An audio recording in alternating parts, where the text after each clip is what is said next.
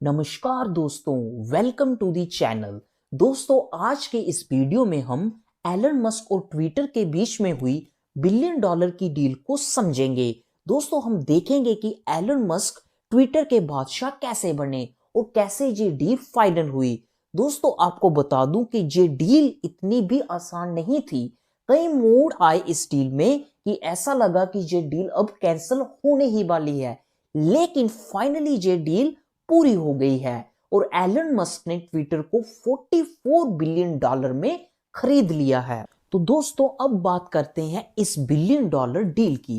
दोस्तों, इस डील की शुरुआत होती है इस साल के जनवरी महीने में, जब मस्क लगातार ट्विटर के शेयर्स को खरीदने लगे और उन्होंने ट्विटर के 9.2% शेयर खरीद लिए और वो ट्विटर के सबसे ज्यादा शेयर खरीदने वाले शेयर होल्डर बन गए, यानी कि वो ट्विटर के लार्जेस्ट शेयर होल्डर बन गए। इस बात का खुलासा दोस्तों एलन मस्क ने अप्रैल में किया और इस खुलासे के बाद ट्विटर का शेयर प्राइस एकदम से बढ़ने लगा और बहुत ही जल्द ट्विटर ने मस्क को इनवाइट किया कि वो कंपनी के बोर्ड ऑफ मेंबर्स को ज्वाइन करे, क्योंकि वो कंपनी के सबसे ज्यादा लार्जेस्ट शेयर होल्डर भी हैं, तो इसलिए उन्हें कंपनी के बोर्ड को ज्वाइन करना चाहिए। लेकिन मस्क ने ज्वाइन करने से इनकार कर दिया। उन्होंने कहा कि ये टाइम ऑफ वेस्टिंग है। लेकिन अगर सही रीजन हम देखें तो उन्होंने इसलिए ज्वाइन नहीं किया कि अगर वो इसे ज्वाइन कर लेते तो वो ट्विटर का क्रिटिसाइज नहीं कर पाते और ना ही ट्विटर के वो शेयर 15% से ज्यादा खरीद पाते। इसके बाद दोस्तों अप्रैल 11 को एलन मस्क फिर से ट्वीट करते हैं। इस ट्वीट में वो ट्विटर की पॉलिसीज को क्रिटिसाइज करते हैं और कहते हैं कि ट्विटर अपने शेयर होल्डर का ख्याल नहीं रख रहा, उसे अपनी पॉलिसीज में बदलाव करना होगा, या तो उसे प्राइवेट होना पड़ेगा या तो उसे एक अपना कंपटीटर खड़ा करना पड़ेगा ताकि वो शेयर होल्डर को फायदा दे सकें। इस बयान के ठीक 3 दिन बाद अप्रैल 14 को एलन मस्क ट्विटर को एक ऑफर देते हैं कि वो ट्विटर को 43 बिलियन डॉलर में खरीद लेंगे, जिसके लिए वो 54.20 पर शेयर देने के लिए तैयार हैं, जो ट्विटर के करंट शेयर प्राइस से बहुत ज्यादा है। और वो ये भी कहते हैं कि वो कंपनी को खरीदने के बाद एक प्राइवेट कंपनी बना देंगे। उन्होंने ये भी कहा कि ट्विटर में फ्रीडम ऑफ स्पीच को बढ़ावा देना उनकी टॉप प्रायोरिटी रहेगी। अब दोस्तों ट्विटर बोर्ड ऑफ डायरेक्टर्स ने एलन मस्क के इस ऑफर को एक होस्टाइल अटेम्प्ट बताते हुए क्रिटिसाइज किया। अब दोस्तों होस्टाइल अटेम्प्ट क्या होता है? जब कोई कंपनी या कोई पार्टी या कोई आदमी किसी कंपनी को जबरदस्ती खरीदने लगता है तो उसको हम होस्टाइल अटेम्प्ट का नाम देते हैं। और जिसके बचाव में कंपनीज क्या करती हैं, वो एक पॉइजन पिल स्ट्रेटजी को अपनाती हैं, जिसमें वो क्या करती हैं, जो होस्टाइल अटेम्प्ट कर रहा है उसके खिलाफ क्या करती हैं, अपने जो शेयर्स हैं उसे कम दाम पे बेचना शुरू कर देती हैं बाकी शेयर होल्डर को, ताकि वो उस शेयर होल्डर्स को रोक सके जो कंपनीज को खरीदना चाहता है होस्टाइल अटेम्प्ट से। और इस केस में भी दोस्तों यही हुआ। ट्विटर बोर्ड ऑफ डायरेक्टर्स ने पॉइजन पिल स्ट्रेटजी को एक्टिवेट कर दिया ताकि वो मस्क को रिस्ट्रिक्ट कर सके टेक ओवर करने से। लेकिन दोस्तों मस्क इन बातों से कहां बाहर जाने वाले। अप्रैल 20 को मस्क ने डिस्क्लोज कर दिया कि वो किस तरह ट्विटर को बाय करेंगे।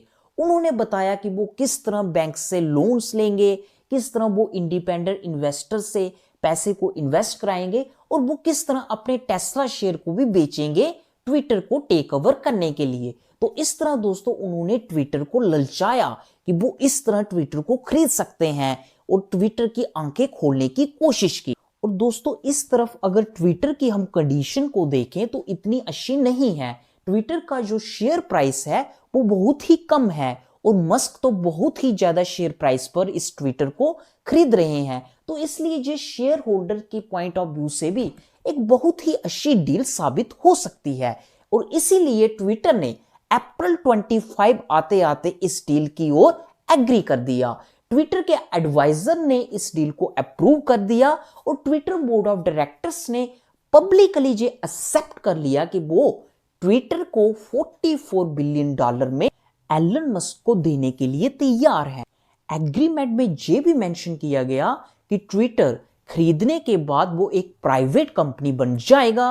अगर अगर अगर मस्क इस एग्रीमेंट, इस डील को पूरा नहीं कर पाएंगे, अगर इस डील को वो किसी तरीके से पूरा करने में फेल हो गए, तो उनको $1 मिलियन जो है वो ब्रेकअप फी भरनी पड़ सकती है। अब दोस्तों लग रहा है कि सब कुछ सेट हो गया है।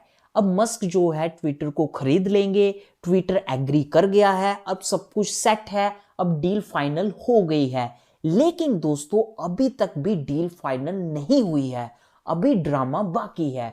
दोस्तों मई 13 को ये ड्रामा फिर से शुरू होता है मस्क के ट्वीट के साथ। मस्क ट्वीट करते हैं कि ट्विटर के साथ जो डील है वो होल्ड पर रख दी गई है। इसका कारण वो बताते हैं स्पैम, यानी कि बोट अकाउंट्स। उनका मानना है कि ट्विटर के डेली यूजर में से 5% स्पैमर्स हैं, और जिसकी इंफॉर्मेशन ट्विटर ने उनको नहीं दी है, वो ट्विटर जो है वो एग्रीमेंट का पालन नहीं कर रहा है। और दूसरी तरफ जहां ट्विटर बोलता है कि मस्क के जो एलिगेशन है वो बेसलेस हैं, क्योंकि कंपनी जो है वो मस्क के साथ पूरा कॉपरेट कर रही है हर एक इंफॉर्मेशन को लेके। जुलाई 8 को मस्क एक सरप्राइजिंग अनाउंसमेंट करते हैं। वो कहते हैं कि वो इस डील से पीछे हटने वाले हैं, उन्हें ये डील पसंद नहीं है, वो इस डील को नहीं करेंगे, और इसका कारण वो सीधा सीधा ट्विटर बताते हैं। वो कहते हैं कि ट्विटर ने उनको सही इंफॉर्मेशन नहीं दी है, उन्होंने नहीं बताया कि उनके कितने स्पैम अकाउंट्स हैं, उनके फॉल्स इंफॉर्मेशन की वजह से वो इस डील से मूव कर रहे हैं। लेकिन मस्क ये सब बहाने इसलिए मार रहे हैं क्योंकि उनका शायद मन नहीं कर रहा है अब ट्विटर को खरीदने का। उनका मन जो है वो शायद अब बढ़ गया है ट्विटर से। वो नहीं चाहते कि वो इतने ज्यादा पैसे पे करें एक सोशल मीडिया प्लेटफॉर्म पे। लेकिन दोस्तों इसके रिस्पॉन्स में ट्विटर क्या करता है, लॉ सूट फाइल कर देता है मस्क के खिलाफ, और वो कहता है कि मस्क ने एग्रीमेंट का ब्रीच किया है और उसको इसके लिए ब्रेकअप फी भरनी पड़ेगी। जुलाई 19 को कोर्ट ने अनाउंस किया कि ट्रायल अक्टूबर के एंडिंग में शुरू होगा, जो कि 5 दिनों तक चलेगा। अब दोस्तों मस्क के खिलाफ कोर्ट में केस फाइल हो चुका है। अब दोस्तों मस्क ने देखा जाए तो जो एग्रीमेंट है उसका ब्रीच तो किया है, और इसीलिए मस्क की जो लीगल टीम है उसने मस्क को कहा कि इस केस को जीतना उनके लिए बहुत ही मुश्किल होने वाला है, क्योंकि एक्चुअली में ही उन्होंने इस एग्रीमेंट का ब्रीच आउट किया है, इसको ब्रेक किया है। तो इसी को देखते हुए अब मस्क क्या करते हैं, अपने बिजनेस प्लान को घुमाते हैं और जो टर्न लेते हुए वो फिर से ट्विटर को ऑफर करते हैं।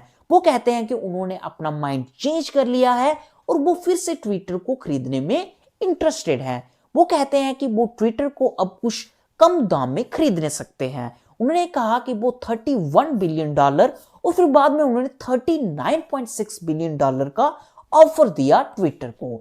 लेकिन ट्विटर ने साफ इनकार कर दिया। उन्होंने कहा कि डील $44 बिलियन की हुई थी और वो $44 बिलियन ही लेंगे।